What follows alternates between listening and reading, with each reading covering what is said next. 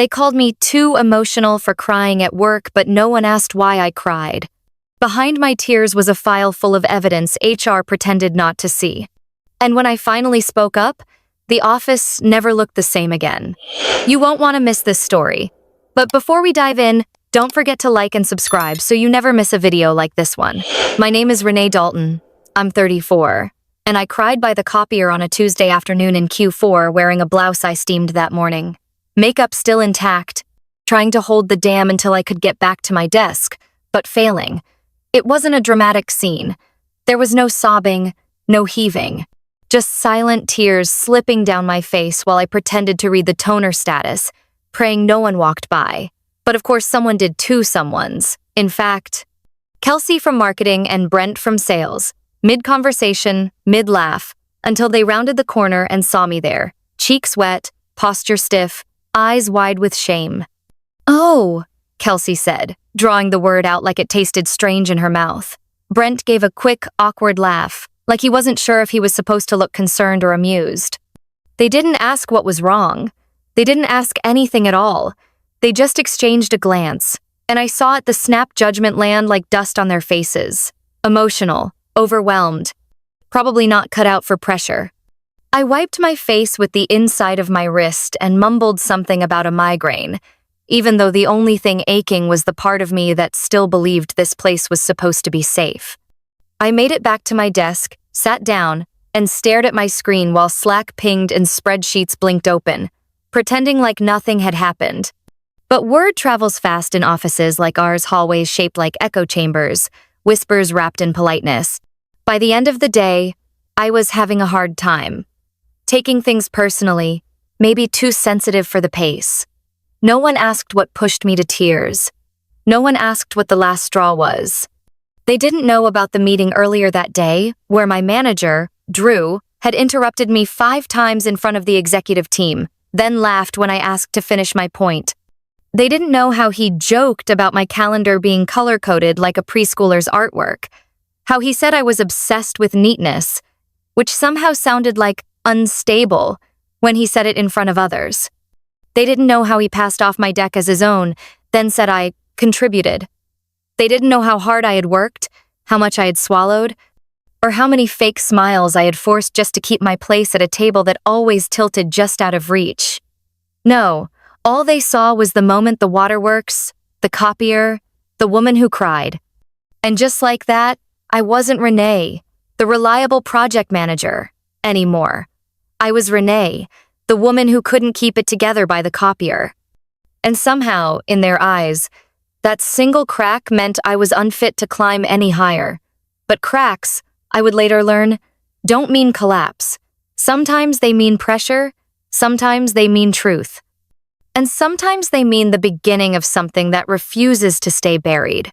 The thing about offices is they rarely need a fire to spread smoke, just a few sideways glances, a lowered voice in the hallway, a pause too long when you enter the break room and someone was mid-sentence. After that Tuesday, I became a magnet for that kind of silence, not loud enough to confront, just loud enough to isolate.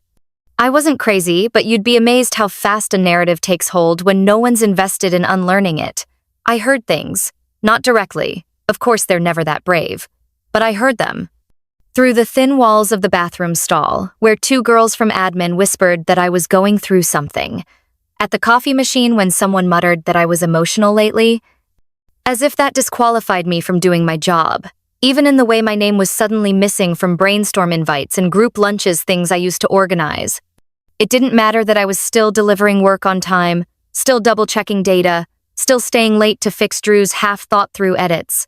What mattered was that I had cried. Once. That I had shown a flicker of something that made them uncomfortable. And in return, they turned me into a cautionary tale. The woman who let her feelings get in the way. The one you have to be careful around, just in case she breaks again. Meanwhile, Drew kept circling, hovering just close enough to look supportive, just far enough to be safe if things fell apart. He micromanaged my reports like he was searching for a mistake, picking at commas and formatting like those were the real issues. He pulled me into one-on-ones to offer support, but they always ended with some variation of, "You've just got to toughen up." This industry isn't gentle. What he meant was your feelings are inconvenient, your boundaries are annoying, your pain doesn't fit the image we're all selling. I tried to keep my head down, tried to drown out the whispers with white noise and keyboard clicks, but it's hard not to hear your own name when it's followed by the word unstable, and harder still to keep pretending it doesn't matter when the cost is being slowly cut out of every room you once belonged in. The worst part wasn't the words, it was the silence from the people who knew better. The ones who'd seen Drew pull the same tactics on others. The ones who'd nodded along in private but vanished in public. That silence felt louder than any rumor. And I realized then, the office didn't need a villain. It just needed someone willing to carry the weight of their discomfort. And that role? They'd decided it was mine. Not because I deserved it, but because I was the first one to bleed in front of them. And once you do that, they stop seeing you as a person and start seeing you as a warning. They didn't see the way it started small enough to ignore, subtle enough to explain away, like a paper cut you don't notice until it stings. It wasn't dramatic. It wasn't overt. It was death by 1,000 dismissals. Drew never yelled, never slammed doors, never called me names that would have been too easy to prove. Instead, he mastered the art of undermining in plain sight. He'd ask for my thoughts in meetings, then cut me off mid-sentence and say, "Let's circle back to that later," but we never did. He'd compliment my work only when someone else was in the room, then send follow-up emails nitpicking minor things in ways that made me second-guess every sentence I wrote. If I stood up for myself, he called it defensive. If I stayed quiet, he called it disengaged. And no matter what I did, it was always too much or not enough. At first, I tried to shrug it off, told myself it was just growing pains, a learning curve, maybe even a clash in communication styles. But it wasn't that. It was strategic, designed to keep me small. He made jokes about how organized I was, like it was a weakness. "God, Renee, do you spreadsheet your feelings too?" he'd say, smirking while others laughed. He'd bring up my single status in front of male colleagues. "Watch out, guys, Renee's on the loose this weekend," followed by a wink that made my skin crawl. I didn't laugh. He noticed. And from then on, the barbs sharpened.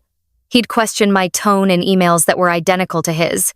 He'd call me intense in feedback forms and suggest I work on my interpersonal communication while rewarding others for being assertive. It was the same poison in a different bottle. And HR, they were worse. When I mustered the courage to bring it up, I was met with practice nods and phrases like, "That doesn't sound like Drew," or "He's a bit old school, but he means well." They suggested I attend a resilience workshop, like the problem was my threshold, not the behavior. They told me to keep a log, to document everything but not to expect immediate change. I did. I wrote everything down. Every offhand comment, every shifting goalpost. Every time I stayed late to correct something he'd sabotaged in a meeting, I was told I was lucky to have a boss who was so involved. But involvement without respect isn't leadership, it's control. And over time, it wore me down. Not in a dramatic breakdown kind of way, but in the quiet, soul-eroding way where you forget what your own voice sounds like when you speak without editing. That was the truth behind the tears they saw by the copier. Not weakness, not instability, but the final crack in a structure that had been collapsing, silently, for months. And just because they hadn't seen it didn't mean it hadn't been real. It just meant they never looked close enough. The first time I went to HR, I sat in one of those pale beige chairs with armrests that bite into your sides, clutching a notebook I didn't open, rehearsing my words in my head like I was prepping for a courtroom drama instead of a conversation. I told myself I wasn't going in angry, just honest, that I would lay out what had been happening with Drew clearly, calmly, like a responsible adult trying to fix a workplace issue. The woman across from me, Melissa, nodded like she'd been trained in active listening, but not in actual problem-solving. I walked her through the pattern, the interruptions, the digs, the double standards, the way he publicly supported me and then privately picked me apart like I was a mess he had to constantly clean up. Her first question wasn't, "Are you okay?" It was, "Have you tried talking to him directly?" I had. It hadn't worked. I said as much. She pursed her lips and wrote something down in her HR-branded notebook, then said I might benefit from resilience coaching. As if being treated like a liability in my own role was something I could workshop my way out of. I asked if there were prior complaints against Drew. She said she couldn't disclose that. I asked what the process was for addressing ongoing managerial behavior. She said most issues could be resolved internally within the team dynamic. I walked out of that room feeling not just unheard, but undone. Like I had confessed something private only to be told it didn't count. Weeks passed. Drew got bolder. My name stopped appearing on emails I should have been looped into. He started copying other managers on his feedback to me, thinly veiled criticisms about tone and clarity that felt like a paper trail forming. So I went back to HR. A different rep this time, someone newer, who greeted me with a bright smile and said, "Oh, you again?" Like I was a problem, not a person trying to stop one. I explained everything again, this time with more urgency, more specificity, dates and quotes and timestamps, like I was testifying. He listened, then leaned back and said, "This sounds like a communication mismatch. Have you explored peer mediation?" I wanted to laugh not because it was funny, but because it was absurd. As if the problem was a bad vibe, not systemic power abuse. As if a lunchroom sit-down would solve a year of microaggressions and strategic erasure. That's when I realized HR wasn't neutral ground. It was just another branch of the same tree, rooted in liability management, not justice. Their door had been open, sure, but only wide enough to let my concerns in, not to let any real accountability out. And I walked away knowing that if I wanted change, I'd have to stop asking for it nicely. It started as self-preservation, not strategy, not revenge, just a quiet habit I picked up out of desperation. Like pressing record on your life when you feel like people are rewriting it behind your back. I created a folder on my desktop and named it something innocuous, something no one would click, Q2 templates. And into it, I began tucking pieces of my reality, like breadcrumbs in a forest I was tired of being lost in. At first, it was just screenshots of Slack messages, emails where Drew contradicted himself, notes from meetings where I'd been asked to summarize discussions I wasn't allowed to finish. Then came the voice memos, not of him, not yet, but of myself, sitting in my car after work, whispering into my phone so I could remember what he said before it got washed away by time or denial. Told me I was too intense again. Said Amanda would be better suited for client-facing. Joked that my outfit was giving school principal energy in front of the interns. I started forwarding emails from my work, inbox to my personal one, careful not to leave a trail, careful not to trigger the company's little keyword alarms. And every time he slipped, every time he praised my work in private and criticized it in public, every time he reworded something I wrote and called it a more professional tone, every time he made me feel like I was asking for too much just by existing, I saved it. I wasn't even sure what I was building at first. Just that I needed something solid, something real, something that could anchor me when gaslighting was being served daily in meeting rooms with catered lunches and performance metrics. But eventually, the file grew fat with proof not just of cruelty, but of pattern. I had timelines, comparisons, feedback reports that said one thing to me and another to upper management. I even had an audio clip from a Zoom call where he told another team lead, "You have to handle Renee gently. She's particular." He didn't know I was still logged in. That file, the one I never deleted, the one I renamed and hid in plain sight, became a lifeline. On my darkest days, I opened it not to relive the pain, but to remind myself I wasn't imagining it, that it wasn't in my head, that the system was broken and I was just tired of bleeding for it. And somewhere along the way, I stopped saving things for me and started preparing them for whoever would finally listen. Because when the time came, and I knew it would, I didn't want to cry in front of another HR rep.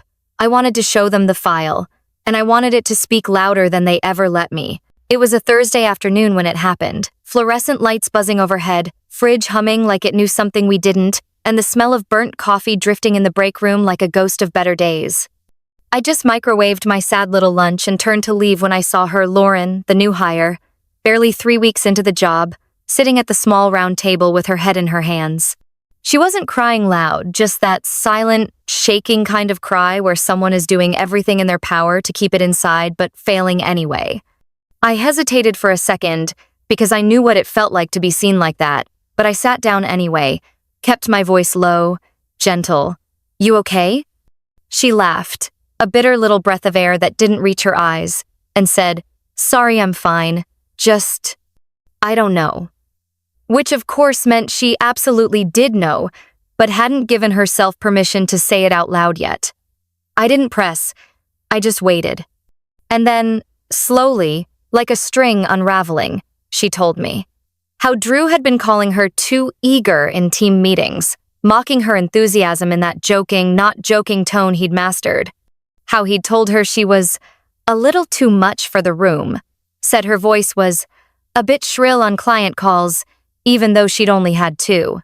And worst of all, how he'd told her with a smirk that she was kind of a distraction, said it, while looking her up and down like he was cataloging flaws to hand back to her. She said she laughed the first time because she thought it was just a bad joke. She laughed the second time because everyone else did, but this time it stuck. This time, it bruised. And now here she was, mid-shift, mid-sob, questioning everything she thought she'd earned. I wanted to scream. Not because I was surprised I wasn't, but because hearing someone else repeat the same story in a different voice made the gaslight flicker just a little less. I told her gently, It's not just you. I didn't dump my whole file on her. I didn't launch into a war speech. I just sat there, shoulder to shoulder with a woman who hadn't been warned, and tried to offer her what no one ever gave me validation. She looked at me like she was trying to decide if I was just being kind or if I really meant it. You've been here a while, right? She asked. I nodded. Then how do you deal with it? I smiled, tight-lipped and tired, and said, You start by writing everything down. And I watched her eyes shift from fragile to furious, because that's what happens when the lie breaks. You realize it's not just you. It never was. And suddenly, you're not alone. You're the beginning of a pattern that's about to be exposed. It was one of those open concept lunches where no one sits exactly where they want to, and the conversations blur across tables like spilled soda, sweet and sticky until it stains. I was halfway through eating a sad little kale wrap when I heard it, clear as anything, from Kyle in sales. We should get Renee a therapy desk, you know. One of those standing ones with tissues and a little bell she can ring when she's overwhelmed. The table erupted into laughter, the kind that's sharp at the edges. Not because it's funny, but because everyone's afraid not to laugh. I felt the heat rush to my cheeks before the words even landed, and I tried to laugh too, because what else do you do when the joke is you? I looked around for someone who might shift the energy, change the subject, say, not cool, or even just offer a sympathetic wince. But instead, Drew, my manager, my supposed advocate, the man who once told me to be the glue in the team, chuckled and added, Better make it noise, canceling for when she's having a moment by the copier. And that was it. That was the punchline. I became the punchline. I sat there chewing on a wrap I couldn't taste, pretending it was fine, that I was fine, that I hadn't just been publicly reduced to a caricature of instability in the middle of a goddamn staff lunch. The worst part wasn't the joke, it was the way no one flinched. The way even Lauren, the new hire who had cried to me in the break room, glanced down at her plate and said nothing. I didn't blame her.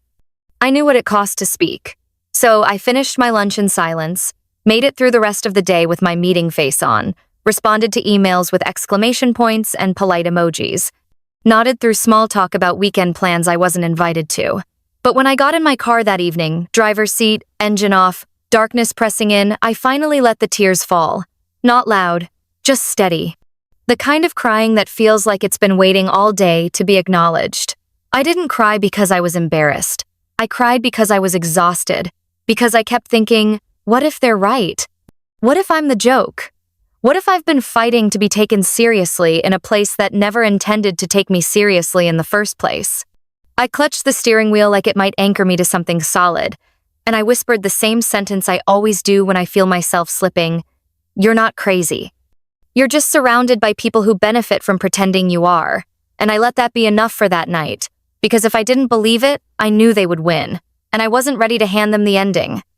Not yet. It was supposed to be a simple project review, just a 30-minute sync in the conference room with the team. A few slide decks, updates, timelines. I'd rehearsed my portion the night before, stayed up late, tweaking the language, refining the visuals, making sure every line was bulletproof because I knew the moment I stuttered, hesitated, or blinked too long, someone, namely Drew, would be ready to pounce. And right on cue, the moment I began to speak, he cut in. "Can we speed this up a little?" he said, not to me directly, but to the room, like I wasn't even there. The others laughed lightly, nervously, and I smiled too, small and practiced, as if it didn't feel like being pushed out of my own voice. I continued anyway, trying to pick up momentum, but every few sentences, he'd interrupt to correct something that wasn't wrong, to clarify a point I had already made, to ask rhetorical questions that made it look like he was thinking critically while I was just rambling. It wasn't new, but it hit different that day. Maybe because I was already worn thin, maybe because Lauren shot me a look across the table like I see it too, or maybe because I'd finally reached the point where pretending not to notice hurt more than the humiliation itself. I wrapped up my portion early, knowing I'd been derailed. The meeting continued. Then Drew moved to the budget slide, one I hadn't even touched, and casually mentioned, "Looks like we're off by 2 weeks thanks to a miscalculation in Renee's timeline." There was no miscalculation. That slide had come from marketing. The delay wasn't even ours. But by the time I opened my mouth to speak, he had already moved on, his voice smoothing over the moment like spilled coffee wiped with a smile. No one corrected him. No one blinked. I sat there, stunned, absorbing the weight of something that wasn't mine but now had my name on it. And in that silence, the kind that fills rooms where people know better but say nothing, I made a decision. Not a dramatic one. Not a desk-flipping, storming out kind of choice. Just a quiet, internal shift. This won't stop. He won't stop. Not until I make it stop. I realized then that HR wasn't going to save me. That waiting for fairness from people invested in their own comfort was like waiting for applause in a room where the script had already painted me as the villain.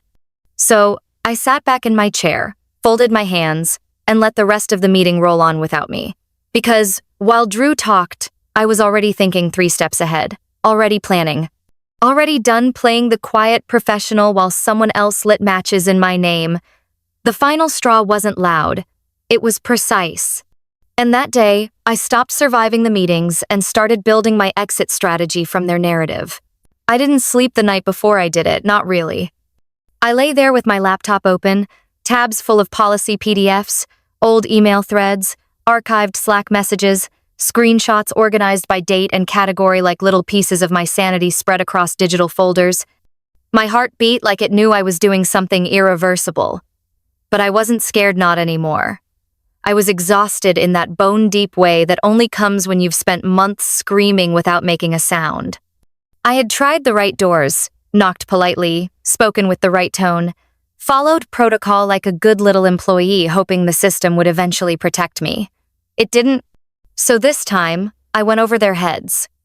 No more open door with HR that led nowhere. No more meetings with phrases like, "We'll circle back" and "let's just de-escalate."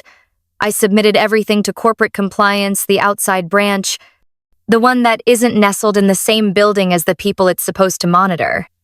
The form was sterile, procedural, a long scroll of checkboxes and upload links, fields for dates, departments, individuals involved.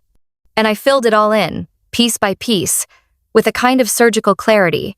The incident where Drew called me emotional in front of the team.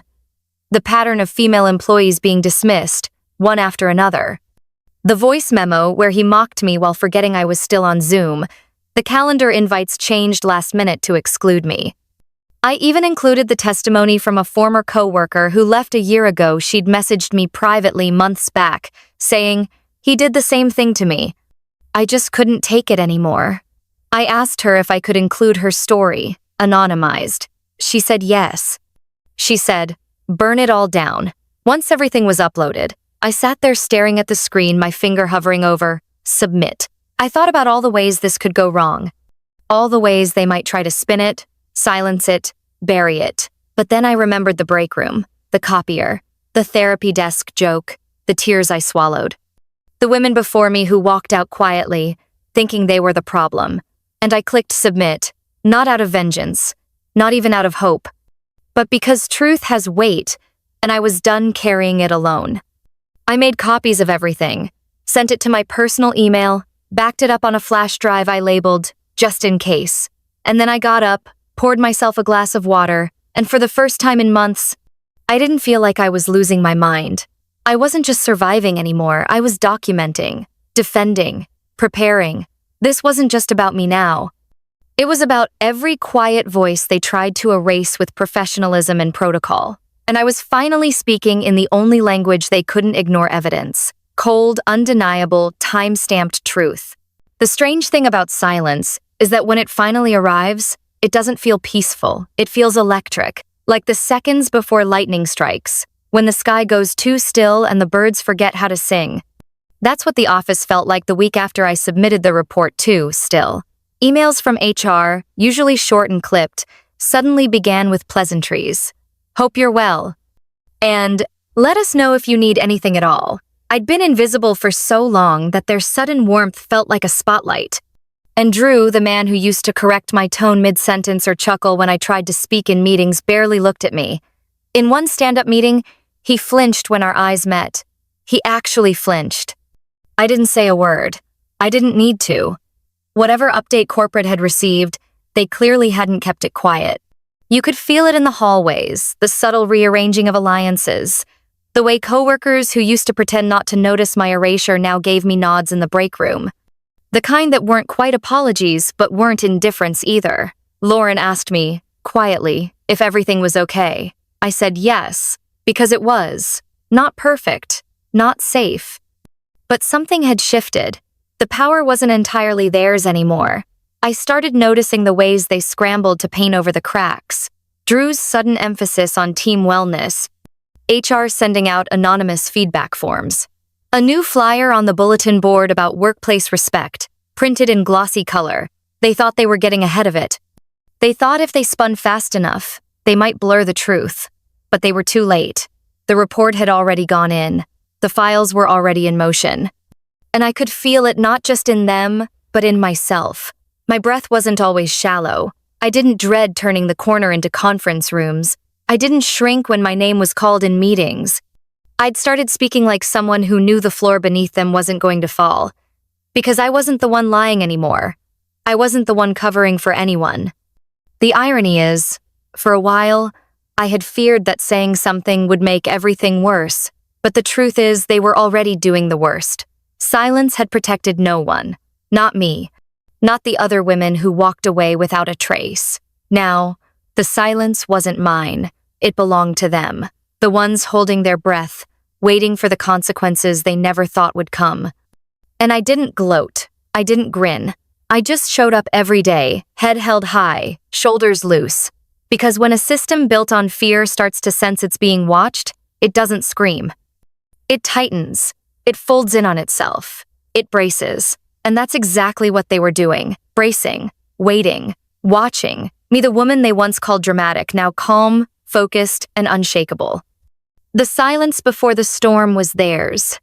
And the storm was already coming. It started with a calendar invite subject line vague. Just, meeting with external consultant. Sent at 9:03 a.m. by someone no one had heard of before. By noon, 2 more went out. Then 5. Then 12. One by one, people were quietly pulled into the glass conference room, with the blinds drawn tight for the first time in months, and the murmur around the office changed shape.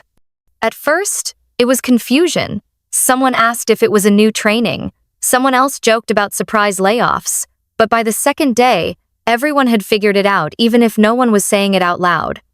The woman in black slacks and a navy blazer who never smiled, who carried a leather notebook and typed every word like it was court evidence she wasn't there for team building. She was from corporate compliance, and the questions she was asking weren't softballs. I know because I watched my coworkers leave those meetings with the kind of faces people wear when they've realized the story they've been part of isn't going the way they thought. Drew didn't say much that week.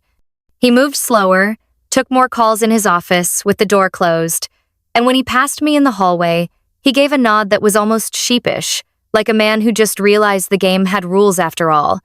I didn't gloat. I didn't change. I just kept doing my job. Logged in on time, submitted deliverables, answered emails. But my inbox looked different now. Messages from people who hadn't spoken to me in weeks, suddenly asking for my insight, or hopping on a quick sink. One even said, "I had no idea you were dealing with so much." Respect. That word respect landed strange after so long being branded as too much. It wasn't a flood of apologies, just quiet pivots, glances that lingered a beat too long, whispers that were no longer about what I might break, but what I might expose. For once, it wasn't me being interrogated behind closed doors. It was them. And while I didn't know what was being said, I knew the tide had turned when I walked into the kitchen and two people stopped talking. Then one of them looked me in the eye and said, "Hey, Renee." My name, said plainly, not with pity or pity's cousin condescension, but with something closer to acknowledgement. The kind you offer to someone you underestimated. The kind you offer to someone who held receipts. The investigation hadn't concluded yet. No decisions had been made. But the atmosphere said enough. People had stopped laughing at the jokes. HR no longer looked through me. Drew hadn't spoken in a team meeting in days. And me? I sat in that same conference room, the one I used to dread, hands calm, spine straight, across from the woman in the navy blazer, and for the first time in this job, I told the truth. And someone wrote it down, word for word. And I didn't flinch. It didn't happen in a blaze, no dramatic scene, no raised voices, no company-wide email with a carefully worded farewell. One morning, he just didn't show up. His name disappeared from Slack first, then from the org chart. By lunch, the manager placard was gone from the door he used to keep closed, unless he was summoning someone to belittle. At first, the silence was louder than anything. People walked a little slower past his old office, like they expected to see his shadow still clinging to the desk. Like if they blinked too fast, he might reappear with a smirk and some joke about performance metrics or who was too fragile for feedback. But he didn't come back, not the next day, or the one after that. No send-off cupcakes, no awkwardly worded goodbye message thanking him for his contributions, just absence, swift and deliberate, like someone wiped the board clean and didn't want anyone to ask why. And no one did not out loud. That was the most telling part. People who once lined up to laugh at his sarcasm, who parroted his little digs like gospel, now busied themselves with sudden tasks whenever his name was mentioned. The ones who once told me to toughen up or to not take it personally looked at me with brief, guilty flickers in their eyes before turning away again. It wasn't courage. It was survival, the same kind they used to mock me for trying to find. HR stayed quiet too. They didn't offer a statement, didn't pretend it was mutual. But I knew. I saw it in the way they started showing up to meetings they used to ignore. In the new interim manager's eyes when she sat down across from me and asked how the team really was doing. No fanfare, no public reckoning, just a quiet removal like a rotting tooth pulled while everyone pretended they hadn't noticed the infection. And maybe that's what stung most. Not that he was gone, I'd stopped fearing him long before he vanished. But that after all the damage, the gaslighting, the whispered sabotage, it took this long for anyone to blink. No one celebrated, but they didn't grieve either. He'd built his kingdom on intimidation and thinly veiled cruelty, and when it collapsed, not a single person offered to help him dig out. That was the real silence, not what was said, but what was left unsaid. And in that quiet, I realized something. I didn't need an apology from them. I didn't need vindication shouted from the rooftops. I had watched him fall, quietly and completely, from the pedestal they built for him, and I had stayed standing. Not because I was stronger, but because I was honest. Because I told the truth when it was inconvenient. Because I endured when endurance was mistaken for drama. Now, they didn't call me dramatic. They didn't call me anything. They just watched. And in their watching, I won. They didn't come all at once, they trickled in like a leaky faucet. Slow, uncertain, as if testing the temperature before fully stepping into the consequences they'd spent so long pretending didn't exist. First, it was Jonah from marketing, pulling me aside by the vending machines, his voice quieter than I'd ever heard it. I just wanted to say, I didn't know. I thought it was just work stress, you know? He didn't look me in the eye, just stared at the blinking light on the coffee machine like it held the answer to shame. I nodded. I didn't offer much. I didn't owe him comfort. Then came Lana, the one who used to giggle at his jokes in meetings, the ones about emotional women and oversharing. She cornered me in the hallway, her eyes a little too bright, voice tight, like she'd been rehearsing the line in her head. "I'm sorry. I should have said something sooner." I smiled. Not out of forgiveness, but because I didn't need her apology to breathe. Others followed a quick word in the kitchen. A message slid into my inbox after hours. "I thought you were just being dramatic. I didn't know he was like that. It wasn't right. You didn't deserve that." All of them came with that same tone, a strange mix of guilt, self-preservation, and disbelief that they'd misread the room so badly. No one ever said, "I enabled it." No one said, "I watched it happen and chose silence." They all wanted to skip to the healing without stopping at the reckoning. But I remembered. I remembered every meeting where they laughed while I shrank. Every moment they rolled their eyes when I tried to speak. Every time I cried in the bathroom and came back out smiling because I thought I had no other choice. So yes, I nodded. I let them say their piece. I let them get their guilt off their chests like it was a coat they no longer needed to wear. But I didn't forget. I didn't forget who stayed silent, who turned away, who told me I was too sensitive while I was unraveling right in front of them. Their apologies came with shaky voices and darting eyes, like they hoped I wouldn't ask for more. I didn't, not because I forgave them, but because I outgrew the need to be understood by people who only learned empathy through consequence. They wanted closure. I wanted peace, and those two things aren't always the same. So I let them speak. I accepted the words, but I didn't absorb them. I didn't wrap them around myself like a warm blanket. I let them fall where they landed, behind closed doors, where they had always preferred things to stay. It came in an email subject line neutral, almost forgettable. Opportunity for advancement. I almost didn't open it, assuming it was one of those company-wide leadership development programs that promised growth but delivered more unpaid labor and coffee-fueled webinars. But this one had my name on it directly, deliberately, and it wasn't a suggestion. It was an offer. A new position had opened after the organizational restructuring, and they wanted me to fill it. No middle management, no reporting to someone who weaponized power in small, petty ways. This one reported straight to regional. Bigger scope, more autonomy. And most importantly, no Drew, no buffer, no boys' club meetings disguised as touch bases. I reread the message 3 times before it sunk in. This wasn't a peace offering. It wasn't a favor. It was recognition long overdue and, frankly, unavoidable. I had receipts.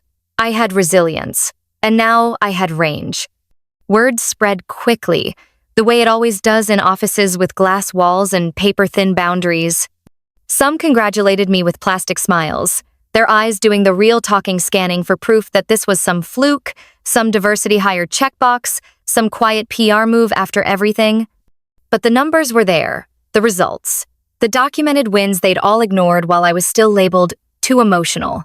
I wasn't just qualified, I was undeniable. Others didn't say anything at all. Just blinked when I walked by or glanced quickly at my name now printed on the updated .org chart with a title that made them pause. There was a meeting later that week, the kind Drew used to run. Only now, I let it. I saw the shift in their posture, in the way they deferred, asked questions, took notes like they were seeing me for the first time. As if leadership had suddenly wrapped itself around me overnight, when really, it had always been there. They were just too busy calling me dramatic to see it. I didn't raise my voice. I didn't gloat. I just spoke clearly, set the agenda, and moved through the hour like I belonged because I did. And when it ended, when people gathered their laptops and coffee cups and murmured quick goodbyes, someone I barely knew, a quiet analyst who always sat in the back, leaned in and said, "It's about time." I smiled. Not for them, for me. Because I had clawed my way here through dismissal, through silence, through whispered jokes, and bathroom breakdowns. They called it restructuring. I called it karma, because while they were busy building ladders out of gossip and alliances, I was quietly laying bricks beneath my feet. And now, here I was, standing higher than they ever expected, not because I fit their mold, but because I shattered it, quietly, strategically, completely. They called me emotional, dramatic, sensitive, as if feeling pain was the crime, not the thing causing it, as if naming what hurt made me unstable, while staying silent would have made me stronger. But I didn't stay quiet, and now, as I sit in my office, the one with my name on the door. The one I earned not in spite of the scars, but because of the strength it took to carry them. I think about all the moments I almost swallowed it. The meetings I left blinking back tears, the lunches I ate in stairwells to avoid questions, the nights I lay awake replaying every conversation just to figure out if I was the problem. I wasn't. And if you're reading this, if you're somewhere in the middle of the storm thinking maybe it's you, it's not. You're not too much for crying in the break room. You're not too fragile for needing respect. You're not asking for too much when all you want is to be treated like a human being and not a punching bag for someone else's insecurity in a dress shirt. They'll say you're dramatic because it's easier than admitting they ignored the signs. They'll tell you to be resilient when what they mean is compliant. But resilience isn't silence. It's speaking when your voice shakes. It's staying when everything in you says run, and knowing when the most radical thing you can do is walk away anyway. I didn't become the woman who reported. I became the woman who lived, who endured, who documented, who dared to say, "This is not okay," and meant it. I look back now and see the breadcrumbs I left behind. Every email I saved, every message I flagged, every time I looked in the mirror and reminded myself that surviving was enough for now. And then one day, it wasn't. One day, I wanted more than survival. I wanted peace, respect, space to breathe without flinching. And I got it. Not because they gave it to me, but because I stopped waiting for permission. So if they call you a problem, remember this. They only say that when you stop making it easy for them. They only call you dramatic when your truth is louder than their comfort. And if they call you too emotional good, that means you still feel, still care, still haven't hardened yourself into someone you'd no longer recognize. I didn't burn bridges. I rebuilt roads, sturdier ones, without potholes paved over by HR scripts and forced smiles. And now I stand at the end of that road, not as a victim of the system, but as someone who exposed it. Who named it? Who beat it? I am not the woman who broke down. I am the woman who didn't stay quiet.